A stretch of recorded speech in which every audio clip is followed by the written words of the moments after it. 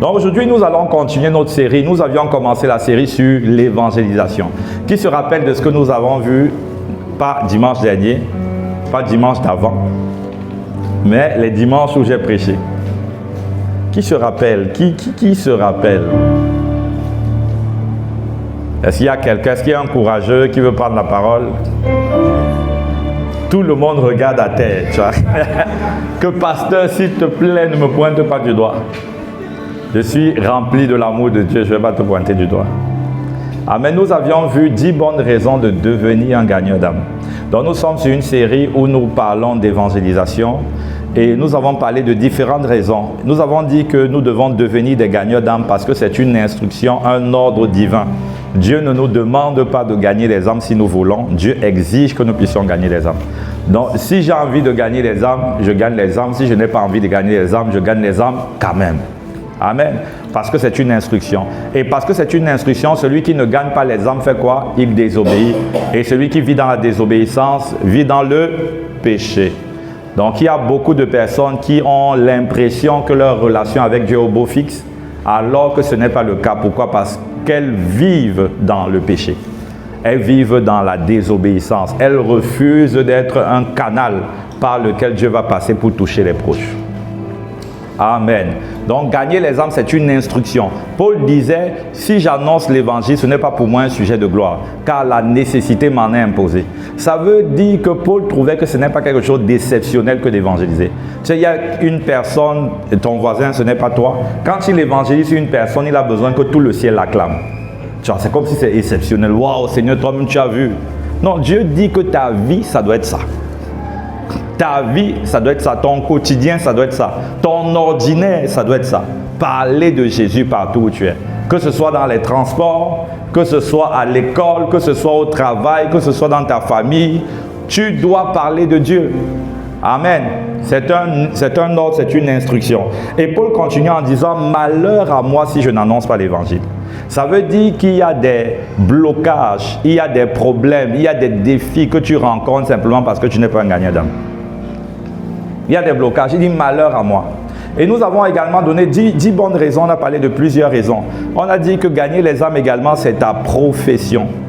Et c'est la profession la plus rémunérée qui existe sur la terre. Amen.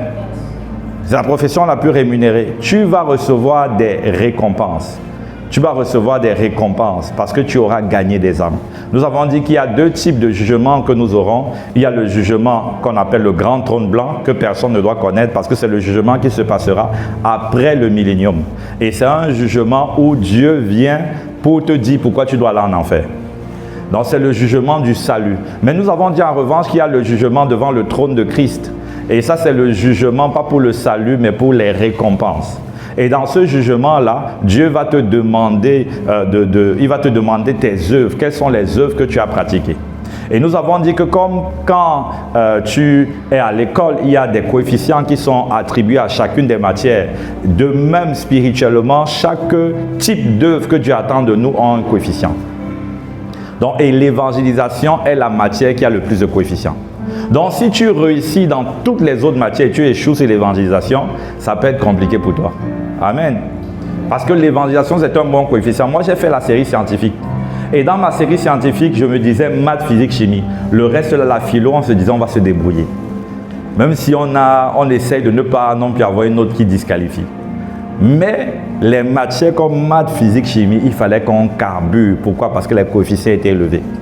Une personne dans une série scientifique qui avait une sous-moyenne dans les maths, physique, chimie et qui avait de bonnes moyennes ailleurs, allait probablement rater son examen. Pourquoi? Parce que les coefficients les plus élevés, c'était ces matières-là. De même, l'évangélisation est un coefficient élevé. Donc, quand tu vas arriver au ciel, Dieu va te demander des comptes. La Bible dit que nous allons rendre compte à Dieu. Chacun va rendre compte à Dieu pour lui-même. Dieu ne te laisse pas sur terre pour que tu te réalises, pour que tu aies un beau boulot, pour que tu aies une belle voiture, pour que tu aies un beau mari, une belle femme. Mais Dieu te laisse sur terre premièrement pour que tu fasses avancer le royaume. Et l'une des activités qui fait le plus avancer le royaume, c'est l'évangélisation. C'est pourquoi il y a un grand coefficient qui est associé à l'évangélisation. Donc nous devons devenir des gagneurs d'âme. Parce que si tu n'as pas d'œuvre, Ce qui va se passer, c'est que tu seras sauvé comme au travers du feu, c'est-à-dire sans récompense. Ce qui va se passer, c'est que tu seras positionné juste au ciel. Vous savez, la Bible dit qu'on a des demeures. Et on a des demeures qui sont positionnées en fonction du trône. En fonction de la qualité des œuvres que tu auras manifestées, tu pourras être proche ou loin du trône. Mais il y a des gens qui seront très loin du trône. Ils seront les voisins du bandit à la croix. Tu as sauvé comme au travers du feu, sans œuvre, rien du tout. Le bandit à la croix, il a mené une vie bizarre, mais il a cru en Jésus juste à la fin et il est sauvé. Mais il sera parmi les derniers au ciel. Donc ne crois pas que Dieu, par amour, Dieu va mettre tout le monde au même endroit, à la même position. Non, Dieu dit qu'il n'y a pas de problème à désirer être grand, mais il faut être grand selon les critères du ciel. Et les critères du ciel, c'est la mort à soi et c'est de boire la coupe. La coupe, c'est de pouvoir travailler à enfanter les œuvres de Dieu. Amen. Donc tu seras, il faut que tu sois proche du trône. Il faut que ton voisin soit le papa Abraham. Amen. Amen. Bon, c'est quand même osé, hein, papa Abraham. Mais il faut quand même avoir des voisins. Pas n'importe quel voisin, quoi. Au ciel, il y a Beverly Hills. Au ciel, il y a un autre quartier, je ne donne pas le nom. Mais bon, même l'autre quartier là au ciel est bien, mais ce n'est pas la même chose que Beverly Hills. Donc toi, tu veux, sur la terre, tu te bats pour habiter certains quartiers. Mon ami, ce n'est pas ça qui compte. Ce qui compte, ce n'est pas où tu habites sur la terre, c'est où ta demeure est en train d'être préparée dans le ciel. Dis à ton voisin, quel sera ton quartier au ciel? Quel sera ton quartier? Il y a des gens qui vont habiter, je dis à la limite en enfer le paradis. On te pousse un peu comme ça, ta robe se brûle. Et que tu es sauvé, limite. Parce que tu n'as aucune œuvre. Mais sur la terre, tu étais un entrepreneur redoutable. Tu étais marié avec de beaux enfants. Tu avais de belles voitures, de belles maisons. Mais tout cela n'ajoute aucune récompense au ciel. Ce qui ajoute la récompense, c'est les œuvres qui ont permis de faire avancer le royaume. Amen. Et l'œuvre, le type d'œuvre qui compte le plus, c'est l'évangélisation. Donc, deviens un gagneur d'âme. Nous avons également dit que nous devons devenir des gagneurs d'âme parce que l'enfer est réel. Et là, on a parlé de l'enfer. Moi-même, j'ai médité sur l'enfer comme jamais. Je me suis rendu compte que je n'avais jamais vraiment médité sur l'enfer. Et ça m'a donné des frissons. Ça m'a donné des frissons et je t'invite, c'est qu'on n'enregistre pas encore les messages. Je t'aurais invité à réécouter. On a enregistré, je parle même le message sur l'enfer. Je t'aurais invité à réécouter ce message. L'enfer est réel. Et ce que j'expliquais, c'est que ce que j'ai découvert en méditant sur l'enfer, quand on parle de l'enfer, tu as l'impression que c'est le diable. La vérité, c'est que ce n'est pas le diable qui a créé l'enfer. C'est Dieu lui-même qui a créé l'enfer. Et Dieu a créé l'enfer comme étant le lieu du châtiment du diable. Ça veut dire que Dieu a créé l'endroit le plus terrible qui puisse exister. Donc Dieu a créé un endroit de tourment, de souffrance. Et toi, tu veux que tes proches y aillent. Je vous disais la dernière fois que ne testez pas l'ingéniosité de Dieu. C'est qu'il y a des personnes qui disent que bon, on va quand même aller voir, tester pour voir vraiment si ça brûle vraiment. Donc Dieu, la sagesse de Dieu a créé l'enfer. L'ingéniosité de Dieu a créé l'enfer avec pour but de faire souffrir les gens. C'est pour dire que le niveau de souffrance qu'il y a là-bas, ton intelligence ne peut même pas le concevoir. Ton intelligence ne peut pas concevoir. L'enfer est terrible. C'est pourquoi la Bible dit qu'il y a un feu qui brûle ton corps. Et ton corps est toujours là, ton corps ne se détruit pas. La Bible dit qu'il y a des vers à l'intérieur qui sont des vers rongeurs, qui te rongent et le feu ne les tue pas. Ce sont des vers spécifiques, ce sont des créatures étranges créées par Dieu qui ne meurent pas au contact du feu. Et le travail de ces vers-là, c'est de te ronger. Et toi, tu veux y être. Et toi, tu veux que tes proches y soient. Que non, papa, je t'aime. Papa que tu aimes là, est-ce que tu as parlé de Dieu? Est-ce que tu es invité à l'église? Tes cousins que tu dis aimer là, est-ce que tu es en train de te battre pour qu'ils échappent à l'enfer? L'enfer est réel. L'enfer, ce n'est pas une blague. Amen. Nous devons prendre conseil. Lorsque nous sommes conscients de la réalité de l'enfer, nous-mêmes, nous travaillons avec crainte et tremblement à notre salut. Parce qu'on est né de nouveau, mais on doit conserver le salut en nous consacrant au Seigneur. La Bible dit travaillez avec crainte et tremblement à votre salut. Amen. Parce que l'enfer est réel. Et l'enfer, on ne sait pas quand on va partir. Peut-être tu te dis, je suis jeune, je suis en forme, je suis en santé. Mon ami, la mort ne respecte rien de tout ce que tu viens de dire. La Bible dit que chacun a un nombre de jours qui a été fixé dans le livre de Dieu. Et personne ne peut déplacer la borne. Ça veut dire que personne ne peut augmenter le nombre de jours. Aucune prophétie ne peut le faire. Donc si Dieu avait prévu que tu meurs à 30 ans, quelles que soient les prophéties, tu vas mourir à 30 ans. Si Dieu avait prévu que tu meurs à 40 ans, quelles que soient les prophéties, tu vas mourir. Tu dis que, mais pasteur, pourquoi Dieu veut que tu meurs jeune? Parce que tu penses que Dieu voit la vie comme toi. Dieu ne voit pas la vie comme toi. Et mourir jeune, ce n'est pas une fatalité pour le ciel. La fatalité pour le ciel, c'est mourir sans Jésus ou mourir avec Jésus, mais en étant plein des œuvres que tu devais manifester. C'est ça la fatalité. Toi, tu veux rester sur terre pour faire quoi? Dis à ton voisin, tu veux rester sur terre pourquoi? On te demande de gagner les âmes, tu ne gagnes pas les âmes. Tu dis, Seigneur, augmente mes années sur la terre. Dieu dit, je te laisse sur terre pourquoi? Ça veut dire que par amour pour toi, Dieu devrait t'enlever de la terre. Parce que plus il te laisse sur terre, plus il court le risque de te perdre.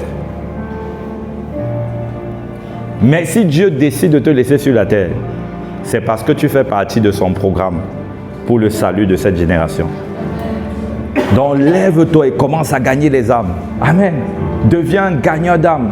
Annonce aux personnes que l'enfer est réel.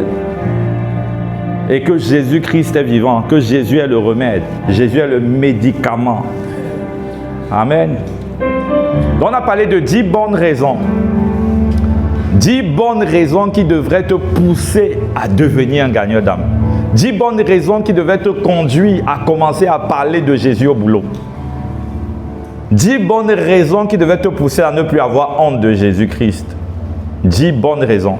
Et aujourd'hui, nous allons voir un outil que Dieu nous donne pour être efficace dans le salut des âmes. Donc je décide de devenir un gagneur d'âme. Maintenant, un gagneur d'âme a plusieurs outils. Et nous allons voir l'un de ces outils. La Bible dit dans 1 Jean 5, verset 19, « Nous savons que nous sommes de Dieu et que le monde entier est sous la puissance du malin. » La Bible dit que nous savons que nous sommes de Dieu et que le monde entier est sous la puissance du malin. Ça veut dire que Abidjan est sous la puissance du malin. Ta famille est sous la puissance du malin. Tes proches sont sous la puissance du malin. Tes amis sont sous la puissance du malin. Et parce qu'ils sont sous la puissance du malin, ce ne sont pas tes belles paroles qui vont sauver leur cœur. Il faut que toi-même tu libères une puissance supérieure à la puissance du malin. Amen. Ta famille ne sera pas sauvée simplement parce que tu as un bon caractère. Le bon caractère, c'est important, mais le bon caractère n'est pas suffisant. Pourquoi? Parce qu'ils sont sous la puissance du malin. Tes amis ne seront pas sauvés parce que tu es gentil. Être gentil, c'est une bonne chose, mais ce n'est pas suffisant parce qu'ils sont sous la puissance du malin. Donc le monde entier, Abidjan ne sera pas sauvé parce qu'on a une belle église avec de beaux programmes. Que Family Sunday. Ce n'est pas le Family Sunday qui va sauver Abidjan. C'est la puissance. Amen. C'est parce qu'on va générer une puissance supérieure à la puissance du malin. C'est ce qui va nous permettre. Et c'est pourquoi la Bible dit dans Matthieu 11, je crois, verset 12 ou 12, verset 11, que le royaume des cieux est forcé. Depuis le temps de Jean-Baptiste jusqu'à nos jours, le royaume des cieux est forcé et seuls les violents s'en emparent. Ça veut dire que le salut de tes proches est forcé. Le salut de tes proches ne va pas se passer parce que tu, oh vraiment, pardon, donnez vos vies au Seigneur Jésus. C'est la force. C'est par la force que tes proches seront sauvés. Est-ce que tu peux dire à ton voisin, c'est par la force que tes proches seront sauvés? Dis à l'autre voisin, c'est par la force que tes enfants seront sauvés. Donc tu crois que tes enfants seront sauvés parce que tu es chrétien? Le diable a aussi un programme. Le diable a une puissance qu'il a préparée, qu'il va libérer. Et toi, non, je vais bien éduquer mes enfants. On va faire attention. Tu vas faire attention à quoi? Tu vas faire attention. Est-ce que tu maîtrises ceux qu'il va rencontrer à l'école? Est-ce que tu maîtrises les pièges que le diable a prévus pour eux dehors? Il faut qu'il y ait une puissance qui l'accompagne quand tu n'es pas là. Il faut qu'il y ait une puissance qui incline son cœur et qui dépose la crainte dans son cœur. Il faut qu'il y ait une puissance qui l'attire à Dieu. La Bible dit que ce n'est pas la violence que nos familles seront sauvées. Ce n'est pas la violence. Donc je décide d'être un gagneur d'âme, mais pour commencer à être efficace dans ce travail, je dois générer une puissance. Je dois générer une puissance supérieure à la puissance qui agit dans le monde dans lequel je suis. Et à cause de ça, je vais devenir un gagneur d'âme redoutable. Quand je vais parler, les gens ne vont pas comprendre pourquoi, mais c'est comme s'il y aura un feu au-dedans d'eux qui sera en train de consumer leur cœur. Les personnes ne sauront pas pourquoi, mais quand je vais parler, il y en a qui vont pleurer. Et tu vas voir des gens, tu vas dire non, c'est quelqu'un qui ne peut pas recevoir Jésus, mon ami. Il n'y a personne qui ne peut recevoir Jésus. Parce que la preuve que quelqu'un peut recevoir Jésus, c'est le souffle de vie que Jésus-Christ a conservé. Le fait que Dieu garde le souffle de vie, ça veut dire que Dieu a espoir. Ça veut dire que Dieu peut encore. Ça veut dire que c'est encore possible. Mais la personne doit rencontrer une puissance. Une puissance. Pas juste de beaux discours, pas juste de belles paroles. Parce qu'il y a quelqu'un qui se dit, bon, je vais aller prendre ce que Pierre à la Pentecôte a dit, et je vais aller dire ça, ils vont croire. Mon ami, ce n'est pas les paroles de Pierre qui ont fait la différence, c'est la puissance que transportaient les paroles de Pierre qui ont fait la différence. Quand la puissance est venue, Pierre a parlé, la Bible dit que 3000 personnes se sont converties. Avant la puissance, Pierre aurait parlé les mêmes paroles, les paroles plus profondes, les paroles avec des révélations terribles, avec des oracles venant du ciel. Rien ne se serait passé. Parce que ce qui fait la différence, ce ne sont pas les belles paroles, c'est la puissance. Donc, il faut la puissance. Dis à ton voisin, tu as besoin de puissance. Tu as besoin de puissance. Et la puissance est fonction de quelque chose. La puissance est fonction de ton niveau d'intercession. La puissance est fonction. Donc, plus tu montes dans l'intercession, plus tu génères une puissance plus élevée. Il y a des intercesseurs qui fonctionnent avec un pistolet. Tu vois, et il y en a qui sont avec des pistolets, tu sais, dans les films western où je ne sais pas comment est-ce qu'on appelle ces pistolets-là. Tu vois, on met balle, on met d'abord bien c'est 7 balles, et puis les revolvers, voilà. Donc tu as des intercesseurs dont l'arme c'est un revolver. Tu vois, avant de tuer le diable, il tire, c'est un petit truc qui a... Pour tuer quelqu'un, c'est 10 balles qu'il doit mettre. Et puis tu en as qui ont un pistolet. Et puis tu en as qui ont des mitraillettes. Et puis tu en as qui ont des obus. Et puis tu en as qui ont des bombes. Donc selon le niveau d'intercesseur que tu es, tu as une puissance que tu génères. Amen. Et c'est pourquoi le titre du message de ce matin, c'est « Entre dans une dimension supérieure d'intercession pour les âmes ». Entre dans une dimension supérieure d'intercession. Ne reste pas où tu es. Où tu es, c'est peut-être bien, mais il y a mieux que ça. Où tu es, c'est peut-être, tu y es peut-être depuis quelques années ou quelques semaines, mais il y a plus que ce que tu connais. Donc monte, augmente de niveau, augmente de niveau. Et plus tu vas augmenter de niveau, plus tu vas devenir dangereux pour le camp de l'ennemi. Il y a beaucoup de chrétiens que le diable ne connaît même pas. Le diable ne te connaît pas parce que tu es chrétien, le diable te connaît à cause de la puissance que tu transportes. Amen. Ce n'est pas le titre que le diable respecte. C'est pourquoi il y a des gens chrétiens qui étaient venus, les fils de Séba. C'était des chrétiens, ils avaient cru en Jésus. Et ils viennent parler de Jésus que Paul prêche. Donc ils ont entendu Paul parler de Jésus, ils ont cru en ce Jésus et ils sont allés pour délivrer les démons avec ce nom. Mais la Bible dit que le démon a dit que mais vous êtes qui? Moi je ne connais pas les titres, je connais la puissance. Je connais quelle puissance est-ce que vous transportez? Quelle puissance est-ce que vous générez? Paul là, lui, je sais qui est Jésus, je connais Paul. Mais vous là, vous c'est qui? Donc le monde des ténèbres doit commencer à réaliser qu'il y a une lumière qui s'est allumée dans ton quartier. Amen. Le monde des ténèbres doit commencer à réaliser qu'il y a une lumière qui s'est allumée dans ta famille. Et cette lumière est fonction, l'éclat de cette lumière est fonction de la puissance que tu transportes et que tu génères. Amen. Donc dis à ton voisin, rentre dans une dimension supérieure d'intercession pour les âmes. Amen.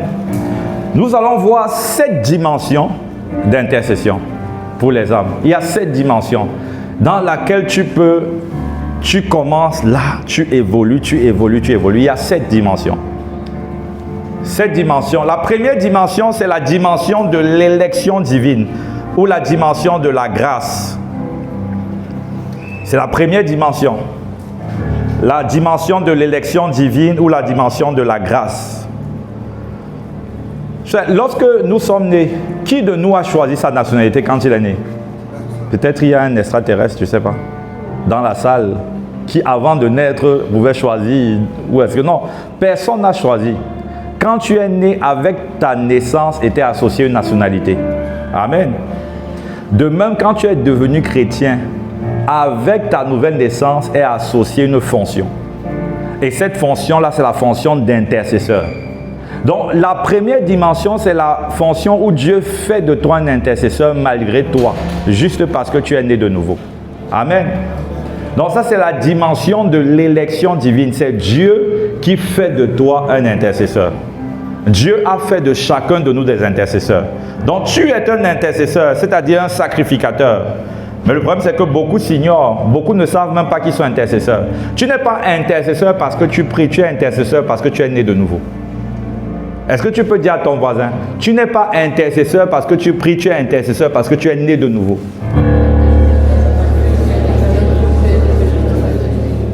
Parce que tu es né de nouveau, on t'a recruté. On t'a donné un boulot, on t'a donné une fonction, on t'a donné un travail, celui d'intercesseur.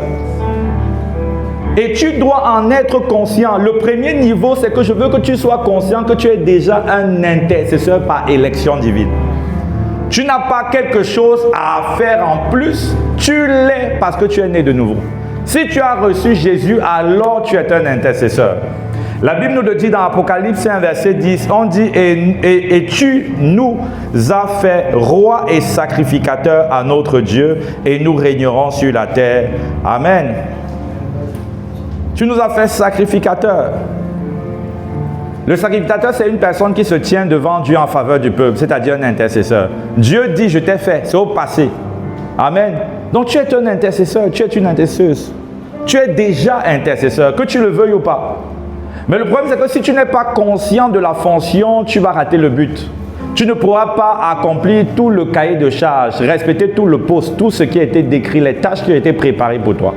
Tu ne pourras pas. Pourquoi? Parce que tu n'es pas conscient. Je me rappelle une fois, j'ai recruté un consultant, je l'ai envoyé chez le client. Et arrivé chez le client, après plusieurs semaines, il était dans son coin. Il était dans son coin parce qu'il ne savait pas ce que c'est qu'un consultant. Il ne savait pas ce qui était attendu de lui. Et après un mois, le client voulait le virer. Et on est venu pour essayer de rattraper. Pourquoi? Parce que le fait de ne pas connaître la fonction te fait manquer le but. Si tu ne connais pas que tu es intercesseur, tu vas forcément manquer le but. Dieu va te voir, il dit, mais celui-là c'est un intercesseur. Je l'ai recruté comme intercesseur. Il a un poste d'intercesseur. Mais tu manques le but. Pourquoi? Parce que tu ne connais pas. Donc, sois conscient que tu es un intercesseur. Sois conscient que Dieu t'a sauvé et Dieu te laisse sur la terre pour que tu te tiennes devant lui en faveur des âmes. Dieu veut, toi, tu te demandes, mais à quoi sert ma vie? Tu sais, il y a des gens qui viennent souvent me voir pour dire, pasteur, je ne sais pas à quoi Dieu m'appelle. Je leur dis, Dieu t'appelle à sauver les âmes par ta parole et par tes prières. Elle me dit, non, pasteur, ce n'est pas de cet appel-là dont je veux parler. Je dis que mais c'est de ça dont Dieu parle d'abord. Toi, tu veux que Dieu dise vraiment, je t'appelle à être président de la République, je t'appelle à être chef d'entreprise. Que pasteur, mon appel comme Joseph. C'est ça. Je dis, mais Dieu t'a appelé, Dieu t'a appelé. Ton appel, c'est d'abord gagner des âmes. Et gagner les âmes par la prédication et par la prière. Amen. Donc avant de choisir la spécificité de ton appel, il faut déjà obéir à la généralité de ton appel. Avant d'être un médecin spécialiste, on est d'abord un médecin généraliste.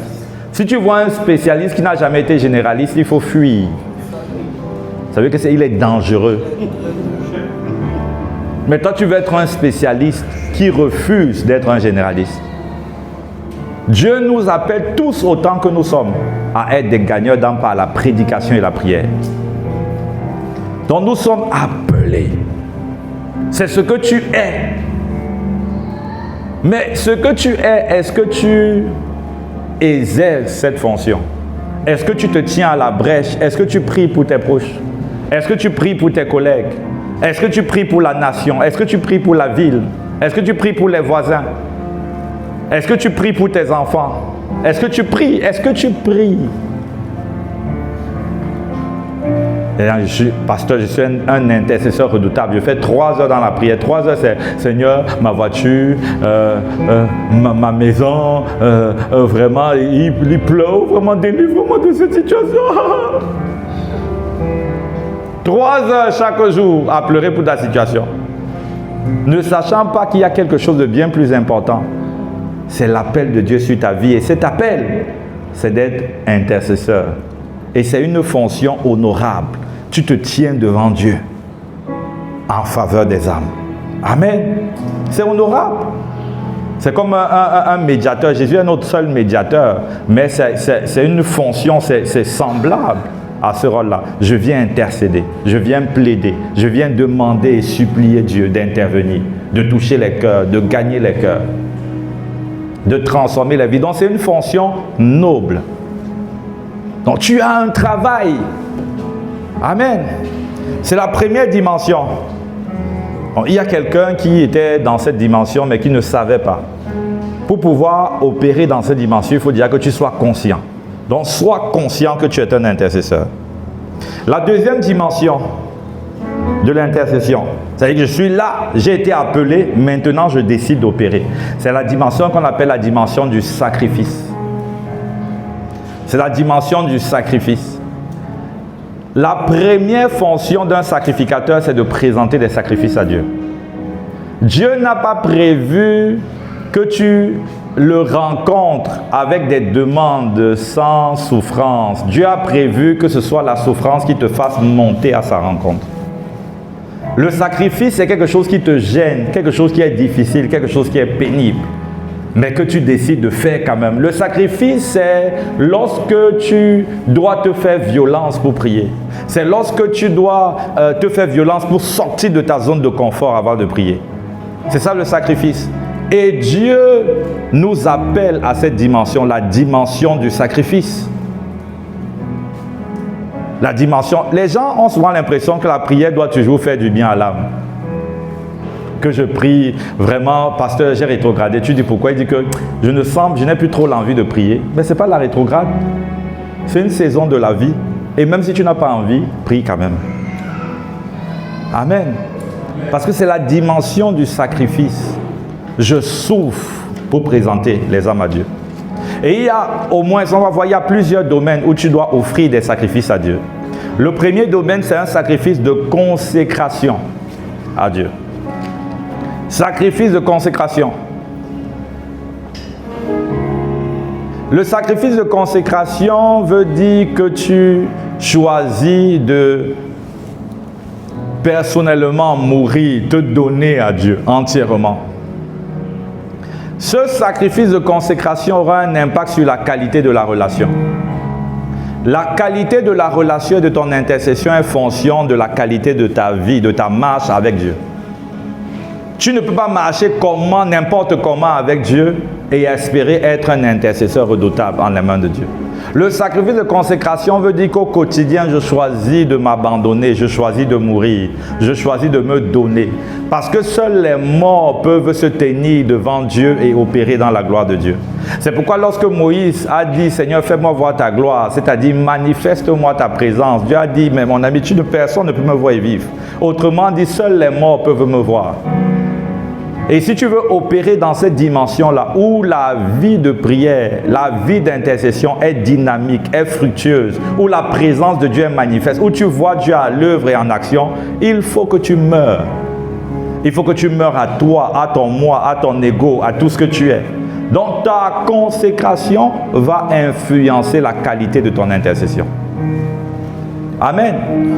Donc si tu veux monter, tu dois t'offrir. Avant le sacrifice de prière, il faut le sacrifice de ta vie. Avant le sacrifice de « Oh Seigneur, vraiment, agis dans la vie de tel », il faut que ta vie soit sur l'autel. Il faut le sacrifice de ta vie. Et ce sacrifice de ta vie va influencer la qualité de ton intercession. Sacrifice de consécration. Amen. Dis à ton voisin, offre un sacrifice de consécration à Dieu. Amen.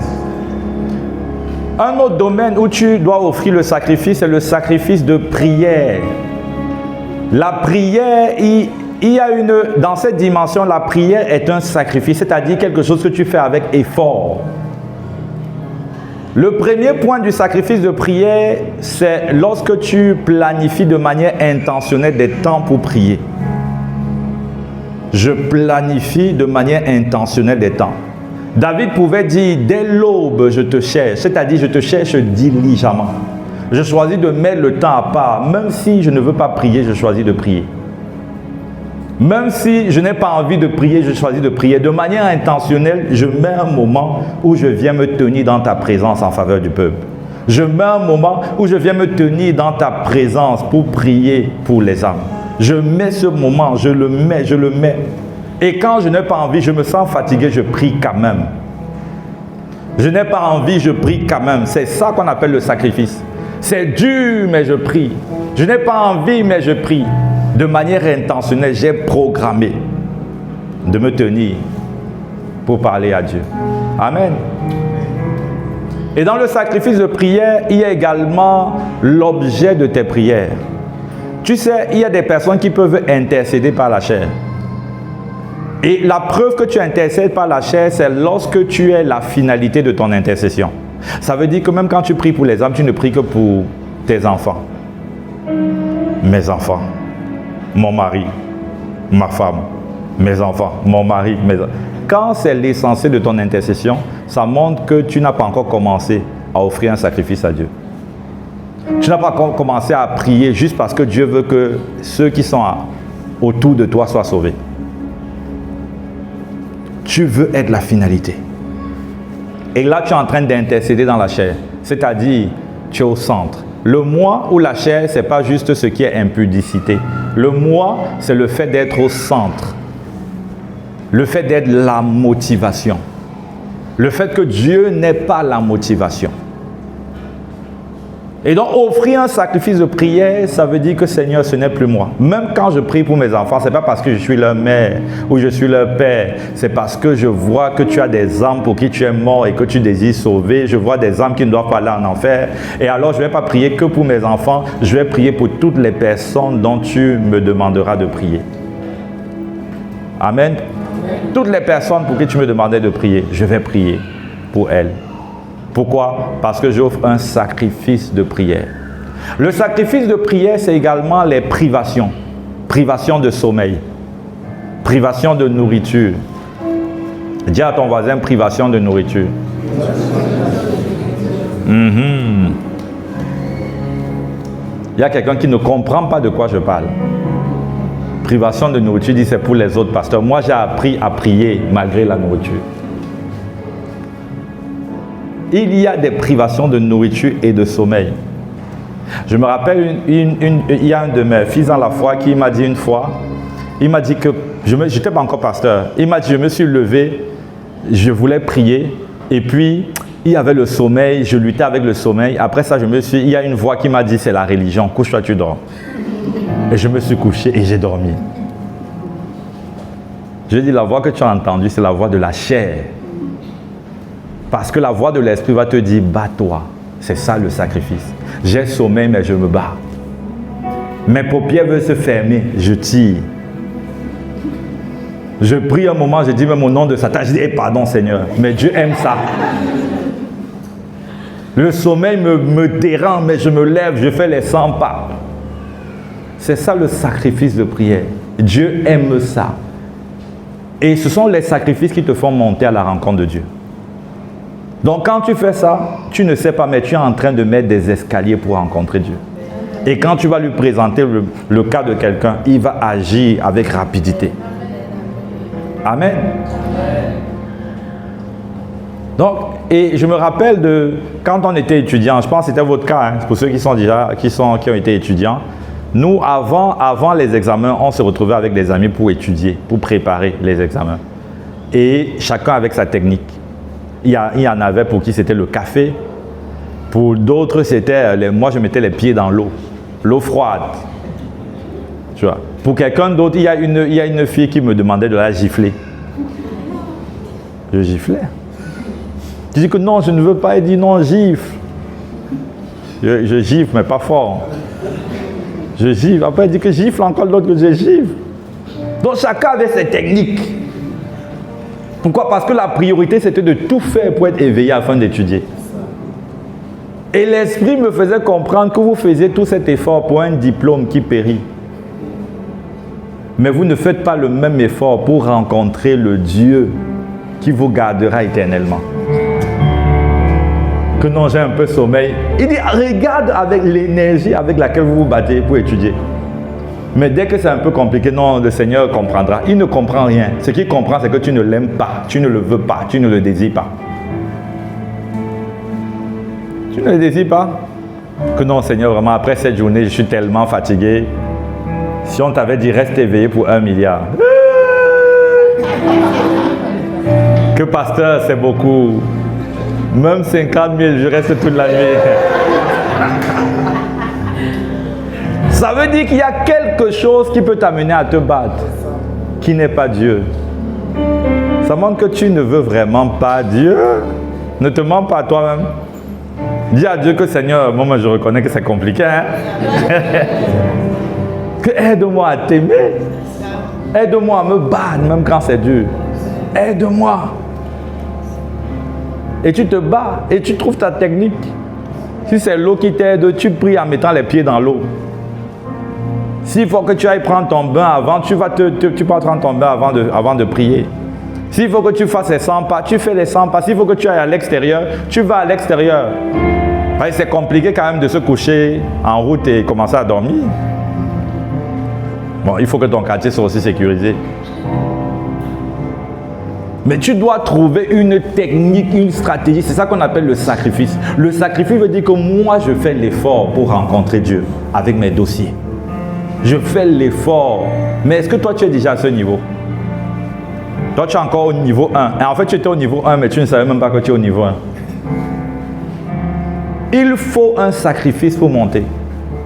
Il faut un sacrifice. Sacrifice de prière. Le sacrifice de prière va faire que tu pourras faire des retraites, tu pourras faire des nuits de prière.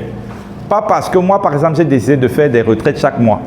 Mais pas parce que j'ai trop envie, mais parce que je me force. Je dis, on va se forcer pour être spirituel. On va se forcer pour enfanter les desseins de Dieu. On va se forcer. On met les 12 heures de prière. Tous les vendredis, on a 12 heures de prière. Toi, tu n'es jamais là. Parce que tu as envie de venir. Tant que tu n'as pas envie, tu ne viens pas. Tu vois que nous, on vient trop parce qu'on a envie. On vient parce qu'on a décidé d'offrir un sacrifice.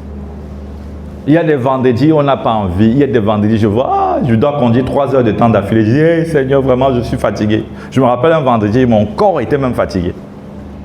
Mon corps était fatigué. Et ce jour-là, ce jour-là, en fait, on avait fait 2 programmes. Le second programme, on ne me l'a pas envoyé. Donc, je ne savais pas qui prenait après moi. La personne était là, mais je croyais que c'était quelqu'un d'autre. Du coup, j'ai même conduit son temps de prière. Pourtant, j'étais déjà fatigué. Mais j'avais dit que je me décide d'offrir un sacrifice. Sacrifice de prière. Je fais même quand je n'ai pas envie. Beaucoup de personnes n'évoluent pas avec Dieu parce qu'ils s'attendent d'avoir envie. C'est pour ça qu'ils n'évoluent pas. Et le jour où ils n'ont pas envie, tu vois, comme ils fonctionnent selon leurs envies, ils ne savent pas que c'est marcher selon la chair. Marcher selon la chair, c'est marcher selon tes envies, tes désirs, et non selon l'instruction de Dieu. Dieu te dit prie et ne t'arrête pas. Alors prie et ne t'arrête pas, quel que soit ce que tu ressens. Donc l'homme spirituel va prier et ne pas s'arrêter. L'homme spirituel va prier, à un moment il ne voudra pas prier, mais il va continuer de prier. L'homme spirituel va prier, à un moment il n'aura même pas envie de prier, mais il va continuer de prier. Donc ce n'est pas l'envie qui définit si c'est bien avec Dieu ou pas, c'est l'obéissance à l'instruction. Amen. Et ce sacrifice-là, Dieu prend plaisir, Dieu aime ça, Dieu chérit ça, Dieu... Dis à ton voisin, monte à la dimension du sacrifice. Dis à ton voisin, monte à la dimension du sacrifice. Monte. Vous savez que cette semaine, il faut que tu planifies intentionnellement des temps de prière où tu vas prier pour les hommes. Amen. De manière intentionnelle, tu dois dire tel jour de telle heure à telle heure, tel jour de telle heure à telle heure. Et tu essaies au maximum pendant la journée à avoir une vie qui est consacrée. Parce que ça va influencer la qualité de ce temps. Amen. Et quand tu n'auras pas envie, tu vas te lever. Il y a un jour où tu seras tout feu, tout flamme. Il y a un autre jour où tu n'auras pas envie. Mais je peux te dire qu'il y en a qui vont prendre même des veillées, tout seul. Et tu peux prendre des veillées tout seul. Pour ceux qui ont déjà été fiancés, vous savez de quoi je parle. Discutez toute la nuit avec votre fiancé. Que non, raccroche. Non, pas moi, c'est toi. Raccroche. Non, raccroche, non. Ok, je vais raccrocher. Tu ne raccroches pas. Parce qu'il y avait une énergie au-dedans de toi qui te portait. Un désir, une détermination. Tu aimais ça. Maintenant, quand c'est pour Dieu, Dieu il comprend. Dieu comprend que tu ne l'aimes pas, mon ami. Donc, souvent là, c'est compliqué. Hein? C'est compliqué pas seulement pour vous, même pour moi-même. Donc, moi-même aussi, je dois monter. Amen. Donc, nous devons tous monter. Dis à ton voisin, monte. Change de niveau. Change de niveau. Ne reste pas juste à l'intercesseur qui ne connaissait pas qu'il était intercesseur. Maintenant, tu connais, donc tu es au niveau 1. Je suis conscient que je suis un intercesseur. C'est bien, mais monte. Offre des sacrifices. Et la troisième dimension, c'est la dimension du fardeau. C'est la dimension du fardeau. Dans la dimension du sacrifice, c'est toi qui fais l'effort. Dans la dimension du fardeau, c'est Dieu qui dépose le désir. Ça veut dire que tu as tellement fait d'efforts qu'à un moment, Dieu prend la suite et te communique son fardeau.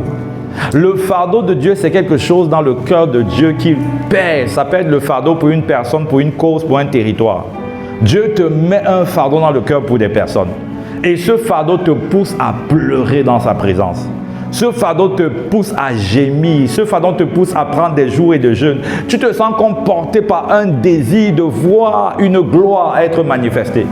Le fardeau s'appelle le fardeau pour une cause, pour les orphelins, pour les veuves, pour les femmes battues. Ça peut être un fardeau que Dieu a déposé dans ton cœur. Et le fardeau vient, ça te presse, ça te presse, ça te prend par les tripes. Ça t'empêche de te contenir. Ça te pousse à crier continuellement dans la présence de Dieu. C'est la dimension du fardeau. Mais ce fardeau est engendré par une personne qui s'est tenue dans la présence même quand elle n'avait pas envie. Un moment, le Saint-Esprit dit, j'ai vu ta fidélité. J'ai vu que tu t'es tenu même quand tu n'avais pas envie. Et le Saint-Esprit prend le relais. Et quand il prend le relais, tu commences à couler, tu ne vois même plus le temps passer. Tu prends plaisir à demeurer. Tu aimes ce que tu fais parce que le Saint-Esprit a commencé à te communiquer le fardeau. La dimension du fardeau. Dieu veut te donner le fardeau pour ta famille. Tu n'as pas le fardeau pour ta famille? Non, pasteur, je les aime. On ne parle pas de cet amour naturel. On parle d'un amour qui te pousse à payer un prix spirituel pour enfanter les desseins de Dieu. On parle d'un amour qui te pousse à payer le prix dans la prière, à crier. L'apôtre Yves me dit la crière. La crière est enfantée par ceux qui sont enceintes du fardeau de Dieu. Une personne qui n'est pas enceinte du fardeau ne peut pas crier pour les âmes. Il va dire au Seigneur, sauve tel, sauve Annabelle, sauve Didier. Lui, peut-être il est encore dans la dimension du sacrifice, c'est déjà bien. Mais il y a un moment où le fardeau vient. Il dit, qu'il soit sauvé. Il commence à crier dans la présence pour le salut des âmes. Il dit non, je refuse que Anatole parte en enfer. Je refuse que Didier soit loin de toi. Je me tiens dans ta présence et je prie que tu étendes ta main. Oh Dieu, tu m'as laissé sur cette terre afin que je sois cet acteur par lequel tu vas passer pour sauver Didier. Alors je te supplie, étends ta main et tu cries et tu pleures et tu prends des jours de jeûne, pas parce qu'on l'a planifié à l'église, mais parce qu'il y a un fardeau, il y a quelque chose qui est descendu dans le cœur. Que Dieu t'accorde son fardeau. Que Dieu t'accorde son fardeau. Et Dieu a des fardeaux qui soient distribués. Il a des fardeaux. Il dit, venez vous décharger sur moi de vos fardeaux. Et il dit, prenez sur vous mes fardeaux. Dieu a des fardeaux. Dieu a des choses dont il a besoin de toi. Le fardeau, c'est quelque chose qui pèse à Dieu, qui pèse dans le cœur de Dieu, mais dont lui seul n'est pas la solution. Il aurait pu agir, mais il s'est limité. Et il a besoin de quelqu'un. Il a besoin de quelqu'un qui se tienne à la brèche. C'est pourquoi il dit, je cherche. Ça devient un fardeau. Parce qu'il a besoin de quelqu'un. Et les regards de Dieu sont en train de parcourir Cocody. Les regards de Dieu sont en train de parcourir cette salle. Et Dieu cherche quelqu'un qui se tiendra à la brèche pour dire, ah Seigneur, je choisis de porter ton fardeau. Pour ICC à Abidjan, je choisis de porter ton fardeau pour mon quartier. Je choisis de porter ton fardeau pour des personnes, pour ma famille, pour mes enfants. Je choisis d'être enceinte de ton fardeau. Ta vie chrétienne est trop tranquille parce que tu n'as pas encore atteint la dimension du fardeau. Tu vis une vie où tu es là, oh Seigneur, à quoi je sers sur la terre? Parce que tu n'es pas enceinte. Quelqu'un qui est enceinte du fardeau, son temps, son énergie, son attention est dirigé vers l'enfantement des desseins de Dieu. Il va prier pour enfanter les desseins de Dieu. Et la Bible nous parle de Siméon, un homme d'un certain âge. La Bible nous parle de Anne, une femme d'un certain âge. Ce sont des personnes qui avaient porté le fardeau de Dieu. La Bible dit que les prophéties avaient annoncé le Messie, mais il fallait un intercesseur rempli du fardeau pour amener cela à la manifestation. Alors Siméon et Anne se sont tenus à la brèche et ils étaient en train de prier, de crier pour enfanter le Messie. Et quand le Messie arrive, Siméon dit à Dieu, maintenant tu peux laisser ton serviteur partir. Ça veut dire que tant que le Messie n'était pas arrivé, Siméon ne pouvait pas partir. Il y a des gens que l'enfer ne peut pas tuer. Il y a des gens que l'enfer ne peut pas détruire. Il y a des gens qui prient pour que Dieu augmente les jours, mais il y a des gens qui veulent même partir. Dieu dit, tu ne bouges pas tant que tu n'as pas enfanté ce fardeau. La clé de la longévité sur la terre, c'est d'être enceinte du fardeau de Dieu. Parce que quand tu es enceinte du fardeau de Dieu, tu deviens inarrêtable, imbattable, quels que soient les desseins du diable. Dieu s'assure parce que Dieu dit, j'ai trouvé quelqu'un qui a décidé de porter ce qui est cher à mon cœur. J'ai trouvé quelqu'un qui a décidé de prendre ce qui était lourd et qui a décidé de porter la charge avec moi. Alors personne ne peut toucher cette personne. Donc tu pries, oh Seigneur, vraiment j'envoie le feu contre mes ennemis. C'est bien, c'est un moyen, mais il y a un moyen plus excellent. Le moyen le plus excellent d'être gardé de tes ennemis, c'est d'être enceinte du fardeau. C'est d'être enceinte du fardeau. Il y a des gens qui demandent à Dieu d'agir dans les situations. Il y a des gens qui ne demandent pas à Dieu d'agir, mais Dieu vient habiter dans la situation et Dieu s'assure que personne n'a le dessus sur lui, que personne ne blague avec lui. Pourquoi? Parce qu'il porte le fardeau de Dieu. Sinon on dit, vraiment, laisse maintenant mourir ton serviteur. Dieu dit, vous savez que Dieu lui avait dit avant, je ne te laisse pas mourir. Tu ne pars pas. Siméon peut-être combattait, dit Seigneur, je suis déjà vu, je veux partir, je veux te retrouver. Dieu dit, mon ami, tu vas rester sur la terre. Tu vas rester sur la terre. Pourquoi? Parce que j'ai trouvé. Est-ce que Dieu dira de toi, j'ai trouvé quelqu'un qui va porter mon fardeau? Porter mon fardeau pour cette génération. Donc Dieu a des fardeaux et ces fardeaux sont spécifiques et tu peux les prendre. Aujourd'hui, tu peux prendre le fardeau de Dieu. Tu peux dire à Dieu, Seigneur, je choisis. Le Saint-Esprit ne donne pas les mêmes fardeaux, mais le Saint-Esprit va te dire quel fardeau est-ce qu'il veut déposer dans ton cœur. Et tu peux prendre, il dit, prenez sur vous mes fardeaux. Prenez sur vous mon joug. Prenez sur vous. Donc Dieu a un fardeau qu'il veut te donner. Dieu a un fardeau. Amen. Les malabada shebelego. Shibere bede shekete bala. Shimalabadadade. Les kamalabadada. La Bible dans Ézéchiel 4. Ézéchiel 4, verset 4. Ah, le fardeau de Dieu. Ah. Dans Ézéchiel 4, verset 4, il est dit, « Puis couche-toi sur le côté gauche, mets-y l'iniquité de la maison d'Israël, et tu porteras leur iniquité autant de jours que tu seras couché sur ce côté. Je compterai un nombre de jours égal à celui des années de leur iniquité, 390 jours. Tu porteras ainsi l'iniquité de la maison d'Israël. Quand tu auras achevé ces jours, couche-toi sur le côté droit. Tu porteras l'iniquité de la maison de Juda pendant 40 jours. Je t'impose un jour pour chaque année. » Ici, on parle d'Ézéchiel. On dit que Ézéchiel est resté pendant plus d'une année couché. Pourquoi? À cause du fardeau de Dieu. Quand le fardeau de Dieu t'attrape, le fardeau de Dieu te pousse à payer un prix qu'aucun homme ne peut payer par ses propres forces. Le fardeau de Dieu te pousse à vraiment te donner tout entier, à consentir des sacrifices impressionnants. Le fardeau de Dieu. Ézéchiel, toute une année couché, a crié à Dieu. Quand le fardeau de Dieu t'attrape, tu peux passer toute une nuit à crier. Seigneur, sauve, Seigneur, sauve, Seigneur, manifeste ta gloire. Pas parce que tu veux être vu des hommes, mais parce que le ciel t'a sélectionné. Pas parce que tu as un programme de prière de l'église, mais parce qu'il y a un programme de prière divin entre l'esprit et toi qui t'a attiré dans le lieu secret. Tu es là, tu cries, c'est ce que le fardeau de Dieu. Le fardeau de Dieu fait de toi un intercesseur passionné. Le fardeau de Dieu fait de toi un intercesseur qui ne compte pas ses souffrances, mais qui décide de se donner tout entier. Le fardeau de Dieu te presse à payer un prix afin de voir les desseins de Dieu se concrétiser. Le fardeau de Dieu, c'est cette charge-là. Le fardeau de Dieu. Et ma question, c'est... Pour toi, c'est quel est le fardeau de Dieu que tu transportes? Quel est le fardeau? Quelle est la charge de Dieu qu'il y a dans ton cœur que tu transportes?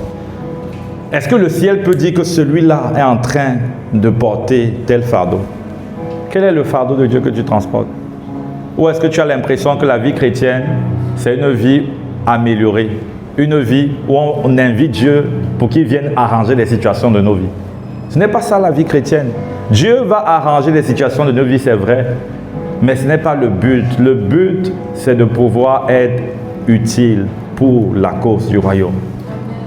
Et cette utilité passe par la dimension d'intercession qu'on appelle la dimension du fardeau. Dieu te communique une charge. Et ce fardeau peut souvent être physique. Moi, par la grâce de Dieu, il ne faut pas rechercher ça. Mais par la grâce de Dieu, souvent j'ai un fardeau physique, ça te fait mal au cœur physiquement. Ça te fait mal au cœur. Tu as l'impression qu'on est en train de t'arracher le cœur. Et là, je comprends. Souvent, ça peut être pour une personne. Ça peut être pour une cause. Quand je n'ai pas la chose exacte pour laquelle Dieu m'a donné ce fardeau, je vais commencer à prier en langue, à prier en langue, à prier en langue. Soit ça va s'extomper, soit ça va continuer jusqu'à un moment. Donc, le fardeau, Dieu cherche des personnes à qui il veut donner son fardeau. Et aujourd'hui, Dieu va te visiter. Dieu va te communiquer son fardeau. Ce fardeau va te presser, ça te presse, ça t'empêche de te contenir, ça t'empêche de vivre une vie distraite, ça t'empêche de vivre centré sur toi. Ça te pousse à vivre un alignement divin. le fardeau de Dieu. Je me rappelle de John G. Lake. John G. Lake, c'est un serviteur de Dieu qui a fait il était un spécialiste de la guérison. Le Seigneur l'a utilisé pour agir dans la vie des millions de personnes. Et une fois, il a été ravi au ciel. Il arrive au ciel, il voit sa maison. Il dit, waouh, quelle maison, superbe maison. Il avait une demeure extraordinaire. C'était dans un beau quartier comme Beverly Hills, je suppose. Et il voit une autre maison un peu au loin, toujours dans le même quartier, plus belle que la sienne. Il se dit, ah, ça doit être la maison de Paul ou d'Abraham. L'ange qui était avec lui dit, non, c'est la maison d'une sœur, je ne sais pas, je vais donner un nom, Elena. Il dit, sœur Elena, on ne la connaît même pas. Il dit, c'est la sœur Elena qui est dans ton église. Il dit, hein? La sœur Elena qui est dans mon église a cette maison-là et elle est même meilleure que la mienne. Dieu lui dit que le résultat de toutes tes prédications, de toutes les guérisons, c'est l'intercession secrète d'Elena. Amen. Elle avait décidé de prendre le fardeau du ministère. Et elle, tous les jours, elle jeûnait, elle priait, elle était dans le secret. Elle n'était pas connue des hommes, mais elle était connue du ciel. Amen. Parce qu'elle portait le fardeau de Dieu. Elle portait le fardeau de Dieu. Donc, ce n'est pas moi qui suis devant qui parle, qui au ciel on dit waouh, non. Souvent, c'est celui qui est dans le secret qui porte le fardeau, qui est plus intéressant pour le ciel. Amen. C'est pourquoi le fardeau, la grandeur au ciel, ce n'est pas une question de titre, c'est une question de fardeau. Quel est le fardeau? Quel fardeau est-ce que tu as? Quel fardeau est-ce que tu transportes? Que non, vraiment, parce que j'ai trop de problèmes. Mes problèmes vont d'abord se résoudre. Quand tu parles comme ça, le diable va s'arranger à ajouter les problèmes. Que Seigneur, j'ai d'abord mes problèmes et après on va voir. Il y a un fardeau qui t'amène à pleurer malgré les problèmes. Tu ne pleures pas pour ta situation, mais tu pleures pour le fardeau. Amen. Il y a cette dimension, c'est une dimension d'intercession où Dieu te communique son fardeau. C'est une dimension d'intercession où Dieu, tu ne peux pas t'empêcher de pleurer. Tu peux être un grand costaud, mais tu te fonds comme le sucre à cause du fardeau. Tu pleures, tu cries dans la présence à cause du fardeau. Amen. Et ma prière ce matin, c'est que Dieu communique son fardeau. À certains, ce fardeau sera comme une pierre que Dieu va déposer dans le cœur. À d'autres, ce ne sera pas la pierre, mais il y aura un feu au-dedans de toi, une énergie qui va venir, qui va te porter et qui va te pousser à te tenir pour une cause, pour une personne ou pour un territoire. Amen. Est-ce que tu peux te tenir debout? Nous allons prier pour demander au Seigneur son fardeau. Son fardeau. Est-ce que tu peux élever ta voix? Commence à demander à